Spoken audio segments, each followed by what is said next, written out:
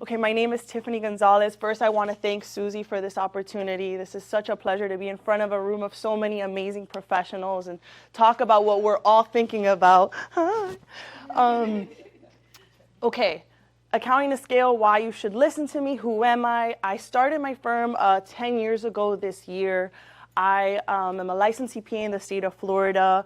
I was working for a firm at the time, and my dad had recently gone into business. And I was finding that there was this gap, right? CPAs prepare tax returns, they hurry up and put your books together, and they kind of send you on your way. But they never really find enough time in their schedule to actually explain to you what's on the tax return, how to strategize, where to save. And the market, the industry has to change, right? It has to evolve. And so how do we do that? What processes do we put in place? What kind of team members do we have to start adding to an accounting firm, right? We have to have admin to help us schedule the appointments. We are so focused on having accountants do the accounting work that we're forgetting about the white glove of the service. Because at the end of the day, people work with people, right? You don't work with a tax return, you don't work with the IRS, you work with people. And so I started this firm, and we have approximately 12 employees now. We're located just outside of the Gables in Westchester. If you're ever driving down Coral Way, you'll see us because we have a blue roof and a green awning. Can't miss us. And the 12 people that I've hired are like-minded individuals that are young, eager, aggressive in communicating with clients. In fact, one of the biggest things that clients tell us is that we're annoying. And it's a breath of fresh air for me when I hear that, because most of the time it's the other way around, right? The client can't get a hold of their CPA, the client can't get a meeting. And so whenever I hear a client say, man, you guys bug me so much about answering these questions, that's great, that's wonderful. We recently won, and then I'll stop talking about myself and we'll get into it. We recently won one of 60 best places to work with the South Florida Business Journal that we're super excited about. We're going to that award ceremony in February. And so it's really important to me that the people that I hire are top notch because they're working with some of the best clientele in South Florida. That's me. I lost a little bit of weight though. All right, let's see. What is the best tax structure for you? So before I get into this, one of the things that differentiates me is that I tend to try to say as little jargon as possible. And so if I get too jargony, anybody, you're more than welcome to ask me any questions and explain anything further. And the funny thing about our industry is that a lot of the answers to these questions are always, well, it depends, right? What is the best tax structure for you? It depends. But there are some common structures we talk about, especially for real estate agents and brokerages and on all of that. So the best tax structure, we have two main types, right? We have the S corporation that many have heard about, and we have the LLC, okay? We also have a C corp. It's not typically used by small business owners. There you're thinking maybe Apple or Amazon. And C Corps may be beneficial in some circumstances, but it's just not as common, as it leads to double taxation in many instances. So when we look at the LLC and the S Corp, if we're specifically talking about agents, we tend to lean towards the S Corp because there's an elimination of self-employment tax that the LLC charges. Right? On its surface, the single member LLC assumes that all of the net income, so gross revenue minus expenses, net income, all of the net income is your salary. And therefore, it's subject to two types of taxes. One, income taxes that everybody pays, and two, a self-employment tax, something we also sometimes call maybe a payroll tax, right? It's Social Security and it's Medicare. You're contributing to these programs. With the LLC, the entire net income is subject to that additional tax. And the beauty of the S Corp is that we can not eliminate, but we can significantly reduce that tax by converting the structure and assigning you a salary. In doing that, some of the compliance-related things that you do for your business increase. You now have possibly a payroll service. You have to make sure that you're paying yourself a reasonable salary. If you're using a payroll service, you're running it with some frequency and deciding what that reasonable salary is with your CPA. And so sometimes we might hold off on becoming an S Corp because the numbers aren't there yet. Maybe you're a new agent, you're starting out, you're building your clientele, and it doesn't make sense at that point to add on all this compliance cost when the net income isn't there to achieve the tax savings. Because everything we do in our industry is cost versus benefit, right? If it's going to cost me this much to work with an accountant, ideally I want to save that much more, right, in tax dollars. And so the same thing happens here. We get more complex with the structure, the bigger the numbers get, because the savings that you achieve are higher. Any questions on tax structure? Reasonable salary is also a common question that I get asked all the time, and it depends, right? The larger your revenue is, top line, the more reasonable you want your salary to be. Recently, I had a conversation with an attorney that was doing over $1 million in revenue and paying himself $30,000 a year. That's not reasonable. It's not reasonable. Maybe 100, maybe 150. We have to look at what you would pay another attorney in that position if you weren't doing the role. That's how the IRS is going to look at it. More and more, the IRS is cutting down on structures that you're an S Corp and there is no reasonable comp, or you're an S Corp and there is no comp at all, because that's the biggest red flag. Usually, clients will ask me, well, how do they know if I'm doing comp or not, compensation or not, right? There's a line item on every tax return that says officer's compensation. There's computers, you know, they check all these things. You also file payroll tax returns and W-2s. And so whenever I work with a client that has an S Corp and I see no comp, the first question is there enough revenue to achieve compensation? And if there is, let's get it started ASAP. Any questions? I do. I have a question. If they have no S Corp or LLC, they're just still as an individual. Yeah. What does that look like? Okay, so the interesting thing about a single member LLC for tax purposes is that it's actually treated exactly the same way tax-wise as if you just got paid to your regular name. Okay, there's a common misconception that you have to incorporate as an LLC in order to deduct expenses. That's not true. You can go out in the world, earn a check, receive a 1099 to your own name, and deduct expenses against it. By incorporating as an LLC, what you're doing, a few things. One, you're achieving some limit of liability, which an attorney can talk to you about. You are establishing yourself in a more professional manner. This is my entity. You will pay my entity. And you can start to brand and market yourself as such. But when you work in your own personal name versus an LLC, it's actually treated the exact same way, assuming you're a single member LLC, of course.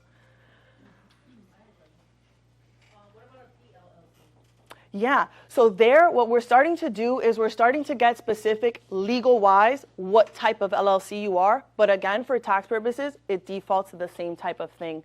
There's also a question of should I be a PA, a professional association. So I started out as Tiffany Gonzalez CPA PA.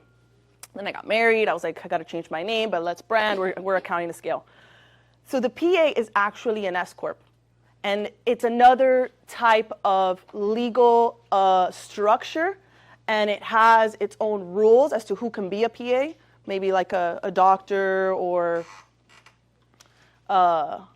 mostly doctors, dentists, realtors, thinking of all the, but accounting firms. But most of the time, the basis of that structure at the end of the day is an S Corp for tax purposes. It's a great question. I'm curious how many people in the room are like have a PA or LLC. Would you guys mind disclosing? Do you want to raise your hand? Are you a PA or S Corp? I will be. Are you an S Corp? Well, that's a PA, right? Are you an LLC that is not incorporated as an S Corp? Yeah, not a lot of them. Not a lot of them because they tend to have that additional tax. But again, there are instances in which it still makes sense. And it is a very simple filing. It's an additional schedule inside of your personal tax return. So that's why I say all the time, we add the complexity when the savings becomes greater. Because the savings is a percentage, right? A percent of 1,000 is not the same as a percent of 100,000. So, all right. Small business deductions and tax credits. So before I get into that one, I'm actually going to skip to number 3 really quick. There is a misconception that what you need to track the most is your income. But actually what we need to track the most is our expenses. Our expenses, dollar for dollar, reduce our income, which reduces our percent of tax that we pay, right? Our income is determined, and then we have our tax bracket, and so the lower our income is, the less tax we pay. But this is a beautiful balance that many of you in this room actually are privy to, because you get these clients that are like, I'm going to buy this house, and you see their tax return, and you're like, you're going to buy this house? Because at the end of the day, they might make the income, but because they're so aggressive in their deductions, their adjusted gross income is too low, and the banks turn around and say, I'm not lending you this much money. And so it's a beautiful balance with expenses, right? We determine how much expenses we deduct based on what our goals are, but we have to actually know what they are in order to deduct them. And so one of the cringiest things you can do to your CPA is not know what your expenses are compiled already in time for tax season, right? Things like how much you spend on ads, online ads, networking events, traveling, your vehicle, the parking. There are a lot of amazing systems. QuickBooks is one of them. You know, they have the biggest market share. I think they're the easiest to use, but there is things like other softwares like Xero and FreshBooks, and I believe one is called Wave. And so whichever system you decide to use, at the end of the day, it's all about linking bank accounts, categorizing transactions, and making your life as easy as possible, because any deduction you forget is an additional tax dollar you paid that you didn't have to pay. And when we talk about expenses, usually the next question is, do I have to keep all of my receipts? Yeah. So the answer is, if you get audited, right, you have to present receipts. That's what the IRS wants. And a credit card statement is not sufficient enough. Now, the beauty of some expenses is that you could go back and get the receipt, right? Your telephone bill produces something online that maybe you don't, it's kind of in the e-statement thing. And your travel, you can go back to Expedia and see what's there. But there is some expenses that you incur that maybe we toss the receipt. Maybe a parking or a valet or a meal. The better you are at receipt tracking, the better you'll sleep at night, that if an expense were to be questioned, you have everything, you have what you need. Back in the day, we have the shoe boxes, right? Everybody was putting stuff in shoe boxes. And today, we're in 2023, and we've got, Silicon Valley making apps. So there are a number of amazing apps where you can take a picture with your phone, link it to an expense, or just save it into a drive so that if in the event you ever need that receipt again, you've got it there. Your accountant doesn't need the receipt, though. All they need are the compiled figures in order to prepare your tax return. So some apps might be things like Expensify is a great one. QuickBooks actually has the ability as well now to take a picture. And then some of the other ones I mentioned, FreshBooks and things like that, you can take pictures as well. The more organized you are in this area, the better. However, you have amazing firms like mine that we do this on behalf of our clients, right? Some of our clients are too big or too busy to do this themselves. And so we manage the data entry, the bank reconciliation, and the financial preparation on behalf of their business. And we present them with these financials either on a monthly or quarterly basis based on the package that they sign up with us. And all they need to do, besides keeping the receipts, because we're not physically there with them, is review those reports in order to determine, like, has my spending changed? Has it gone up? Wait a minute, why did I spend so much here? Let me dig into this further. They use these reports in order to make decisions about their businesses. Any questions so far? Yes. How long should we keep the receipts for? Great question. So you could be audited up to 3 years, right? So let's see. We are filing the 2023 tax return due by 2024. So you minus 3 years from that, and that is 2021. And so the tax return is 2020. That could be audited still. Now, if the IRS can prove that more than 25% of your income was left out, sometimes that happens by accident. People forget that they actually did another job or had a 1099, and then all of a sudden, it does happen by accident sometimes. If they can show, you left out more than 25%, they can actually go back 6 years. And so what I tend to recommend to clients is Go back, how do they go back? 6 years. How do we go from 3 to 6? I just looked away. Because you left out 25% of your income. You left out 25% of your income. The 25% of your income, leaving that out, they perceive that to be like you're doing some funny business here. We're allowed to go back further. But the digital works, like if I scan everything and save it digitally, or do you need the actual paper because it erases? So if you scan it and save it, you have it in a drive where you have data for that time. Then you can choose, data costs money. Dropbox, Google Drive, you have to have a certain amount of space. So after a while, nobody wants to keep a document from 15 years ago that you can get rid of. I usually recommend 7 years. 7 years to be safe for documents. 6 to 7 years. I know, everyone's like, what? I see a lot of big eyes. And hear me out, because you're in real estate, right? You actually want to maintain your real estate documents for a lot longer than that. When someone buys a property, for example, there's a closing disclosure, the HUD, everybody knows what that is. That you have to keep that for the lifetime of the property, because when you go to sell it 30 years later, 25 years later, I need to know what your closing costs were, what the purchase price was, what the date of purchase was. And believe me, 25 years, 30 years, you might not remember all those details. And that's when we're going to be able to deduct some of those things. I usually need the closing disclosure of the sale, and I need the closing disclosure of the purchase. If you do a 1031 exchange, even more time you got to save those documents. So when it comes to, if you depreciate your rental, right? You buy a property and then you decide to depreciate it. We need all the tax returns for all the years you've depreciated, because we might have something called depreciation recapture, and we have to determine what your cost basis is in the property. Again, all of this is to make sure you don't overpay in tax. That's really what it's all about, right? I want to keep as much money as legally possible so I can reinvest it and build my net worth. And then once I have this money that is tax-free, where am I investing it in? So, yeah. Sorry, another question. So a common question that I get from clients when they're studying is capital gain taxes. Yes. They're like, what do I have to provide my accountant? Yes. To kind of have a more deduction so I don't have to pay. Yeah. How does that work? Great question. So the normal formula, is your sale price minus your closing costs, seller commissions. Thankfully, they can deduct all of that, right? And the next line item is improvements. I can deduct that, right? If I renovated the bathroom, the floors, the roof.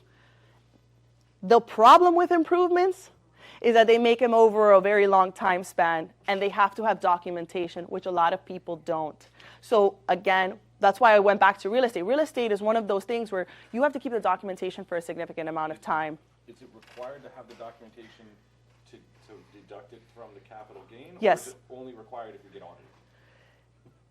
So it's both, right? Like, technically, you need to have it to take the deduction, because if the deduction gets questioned and you don't have it, you're in trouble, right? But in the event you did it, you don't have the receipt, you file as if you did it, and then you hope you don't get audited. She can't say I'm just checking. But no, I mean, ultimately, like, hopefully there's some, like, usually it's the major improvements that you're deducting, right? It's the roof, it's the windows, it's the big things. People don't always keep the receipt of the $1,200 new fridge that they got, right? But, but then there are people that tend to be very organized. They have a folder with the address, and then they have everything in there. So it's capital, it's the sale price the closing cost on the sale, the improvements, and then we are taking into account what the cost basis is. The cost basis is usually your purchase price in the property, but it could be different because if you have depreciated this property over time because you rented it, that cost basis could be lower. So I bought a property for $100,000, I improved it by $50,000. Now that's $150. Now I am selling it for $250. After I deduct my commissions and closing costs, which, by the way, I can also deduct some of the closing costs on the purchase. Because a lot of people talk about that. Oh, I spent all this money on my closing costs on the purchase. That is deductible when you go to sell the property. That's why you have to keep the HUD as well for that, to be able to know what those numbers were. The travel expenses for closing too, Yes. if it's international. Say that again? If it's a client that is international, Yes. I seem to deduct the travel expenses for closing. Oh, that's interesting. Yes, Yeah. and the food they ate, the Exactly. hotel they spent, Yeah. the taxi they paid. Yeah. There's a plot twist there. The stuff they took back. There's a plot twist there because now you have FERPTA, so then they have to withhold the percentage, and it's a fun, creative process. But yeah, no. So then you get to your net gain. Once we have your net gain, then we can either multiply it by 15 or 20%, depending on your overall income. Capital gain long term is a 15% tax if you make less than $563,000 this year, married filing jointly. So I usually use that threshold somewhere in there between 400 to 500, depending if single or married. Then it becomes 20%. You also have to worry about a 3.8% net investment tax. That actually came up during the Obama era. That's right. And it's when you make more than $250,000, adjusted gross income, married filing jointly, you're now subject to 3.8% tax on your investments, dividends, interest, and capital gains. So people think, oh, it's a flat 20. It's not. It's actually 23.8 if it's a significant sale. Yeah, so. And then I just said something as if it was an investment. If it's actually your primary residence, you get a 250 or a 500 exclusion if you lived in the home for at least 2 out of the last 5 years. And then there's another common misconception because you still get the exemption even if you pass it, right? So I had a client recently, she lived in the home 20 plus years, especially in this market, she had $1 million gain. We're still able to use the 250. It's the remaining 750 that she had to pay capital gain tax on. Sorry, on that 750, she could deduct all the other stuff that you mentioned. Well, even on the 250, like the 1 million was already her net gain. There was no more deducting. Now we were okay. What tax do we have? We had the 250 primary residence because she was single, and then after that it was 23.8% tax. Yeah. Any tax saving tips and tricks for realtors that? Let's go to tax savings tips and tricks. There's like buying. Yeah, I'm gonna go now to the tax savings tips and tricks. Yeah. I'm gonna give you some ideas now. A lot of them lean into retirement, okay? A lot of the savings that you can achieve besides spending your money, right? Because that's the most common thing you're gonna see on TikTok. Buy a G-Wagon, you will get 80% write-off, 100% write-off. Yeah, but now you have $200,000 in a car and not in the bank. So you do get the write-off, and if you're already planning to get the G-Wagon, that's awesome. But as an accountant, what I want you to achieve is tax savings and keeping the money, especially in an appreciating asset, not a vehicle, right? So if you are planning on buying a vehicle, still a great, amazing deduction. We've taken advantage of it 1,000 times. But personally, I really love when clients invest in real estate and then do a cost segregation. That's exciting. Does everybody know what a cost segregation study is? No. Oh my gosh, I'm so excited right now. I am going to nerd out on you for 5 minutes, okay, real quick. Okay, a cost segregation study. When you purchase a property regularly, the property is subject to depreciation of either 27.5 years or 39, depending if it's residential or commercial, okay?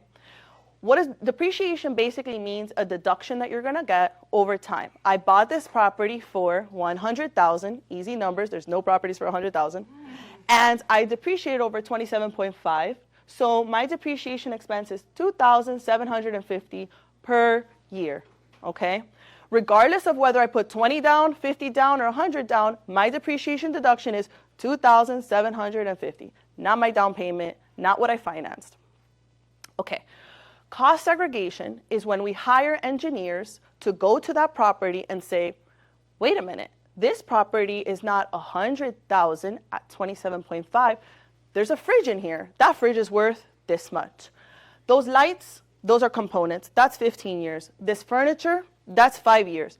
So they take your $100,000 purchase and they separate it into buckets of what they've determined are assets of different classes.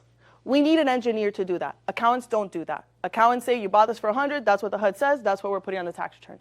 But really good accountants, like myself, will introduce you to a cost seg engineering company that will then charge you, and we'll talk about charge you for this report.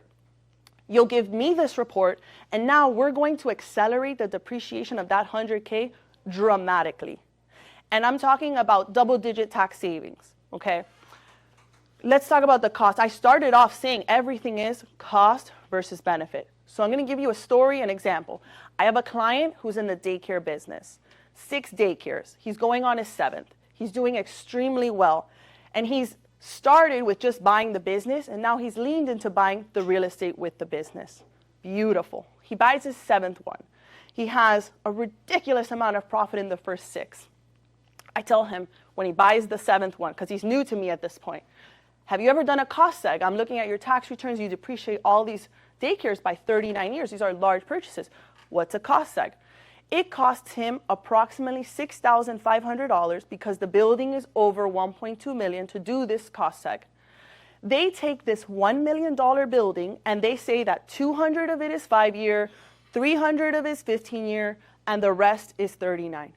Right now, 5 and 10-year asset classes have a bonus depreciation of 80%, which means I'm going to take the 200 and the 300, 500, I'm going to deduct 80% today. That's a $400,000 write-off that I'm going to use against his other daycares, and I just saved the client $400,000 times 37%.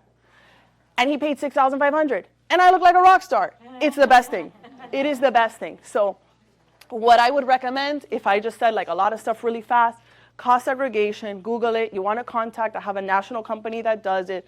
They are amazing. They're super fast. They're super reasonable. They turn around the report quickly. It's very important that the client does it in the first year that they purchase. It's very difficult to do it after the fact. So it's something to definitely think about. Now, at this $100,000 property, it doesn't really financially make sense. Minimum, you're looking at $2,500 to $3,000 for these types of reports. So if the client is not going to save at least that much or more in taxes, usually my threshold is something above $300,000 to $400,000 of a purchase. So that's very easy in this market.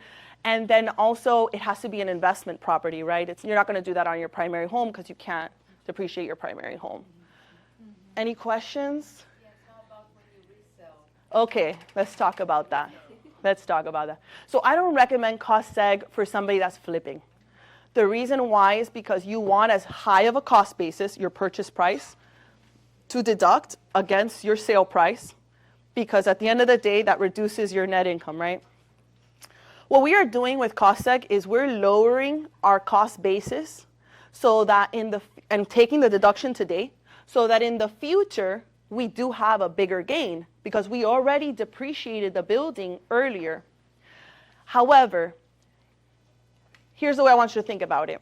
This client that I saved 400 times 37%, if he takes that tax savings and he then goes and buys another daycare, he is leveraging all of the benefit today.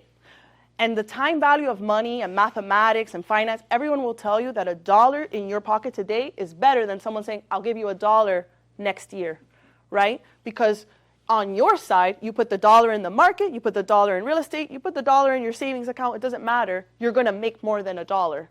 But if you wait for a year for $1, you're just going to get $1 in a year. So yes, you are right. It is going to create a larger net gain later. However, we're banking on the fact that you're going to hold that property on average for 7 years minimum. Now you have step-up basis, which means that your heir inherits the value of the property, not at your cost, at the fair market value price.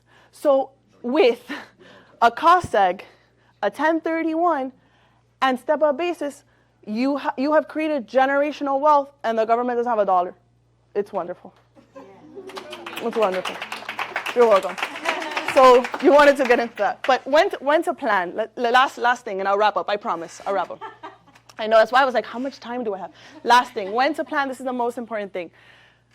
You know, you're supposed to make quarterly estimated tax payments. It's not very common. We try as an accounting firm to get our clients to do this. At a minimum, I would say our New Year's resolution in this office is that every October you meet with your accountant.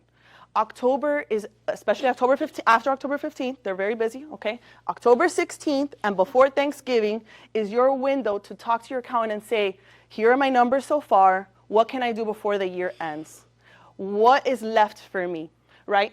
If you really are a planner in this room, then you want to talk to them in the summer as well, right? If you're willing to invest in it, then you reach out in June, July, and you get on the calendar and say, here's my first 6 months. What can I do? And let's revisit in October what I did or didn't do. And then also, you know, what final things can I do? Because what I find is the clients that are most engaged with me are going to be the most successful financially and tax savings wise.